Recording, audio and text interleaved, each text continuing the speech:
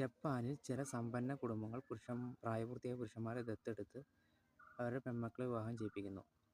അവരുടെ സ്വത്തും ബിസിനസ്സും സംരക്ഷിക്കാൻ വേണ്ടിയാണത്. ഈ ജപ്പാൻ എന്ന് പറഞ്ഞ സമൂഹം ചെറിയ രാജ്യമല്ല. ഇപ്പോൾ അടുത്തൊരു റെക്കോർഡ് 100 വയസ്സ് അത് തികഞ്ഞ 1,00,000 പൗരന്മാർ എന്നുള്ള ഗിന്നസ് റെക്കോർഡ് ജപ്പാനിലുണ്ട്. ഇക്കിക്കായി അവർ 100 വർഷം ആയുസ്സുണ്ട്. അങ്ങനെ ഒരുപാട് പ്രത്യേകതയുണ്ട്. ഇതിനു മുമ്പ് ഒരുപാട് ദുരന്തങ്ങൾ ഇവർ ഫേസ് ചെയ്തിട്ടുണ്ട്. അറിയാമോ? ഹിരോഷിമ, നാഗസാക്കി, അതുപോലെ തന്നെ ഏറ്റവും വലിയ സുനാമിയൊക്കെ അവിടെ കണ്ടത്. നമ്മൾ ഭയങ്കരമായിട്ടുള്ള സുനാമിയാണ് അവിടെ കണ്ടത് ജപ്പാനിൽ. എന്നിട്ട് അവിടെ പുരോഗമിച്ചിട്ടുണ്ട്. എത്ര പുരോഗമനമാണെന്ന് നോക്കി.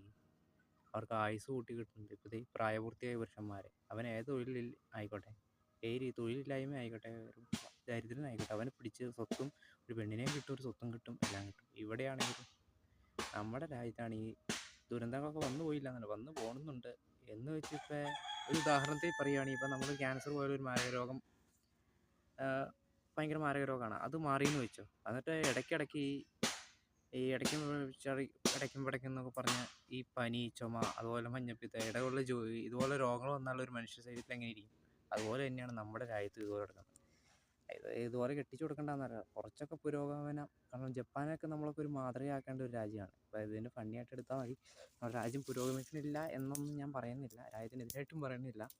അപ്പോൾ തീർച്ചയായിട്ടും നമ്മൾ ഈ ജപ്പാനിൽ നിന്ന് അതൊക്കെ നമ്മൾ കണ്ടുപിടിക്കേണ്ടതാണ്. നമ്മുടെ രാജ്യങ്ങളും മറ്റു രാജ്യങ്ങളൊക്കെ കണ്ടുപിടിക്കേണ്ടത്. കാരണം അവർ 3 ദുരന്തങ്ങളൊക്കെ ഫേസ് ചെയ്തിട്ട് അവരുടെ ജപ്പാൻ ഇപ്പോഴും ഈ കിടപിടിച്ച് നിൽക്കുന്നുണ്ടെങ്കിൽ അവരുടെ ഒരു കഠിനാധ്വാനം തന്നെയാണ്.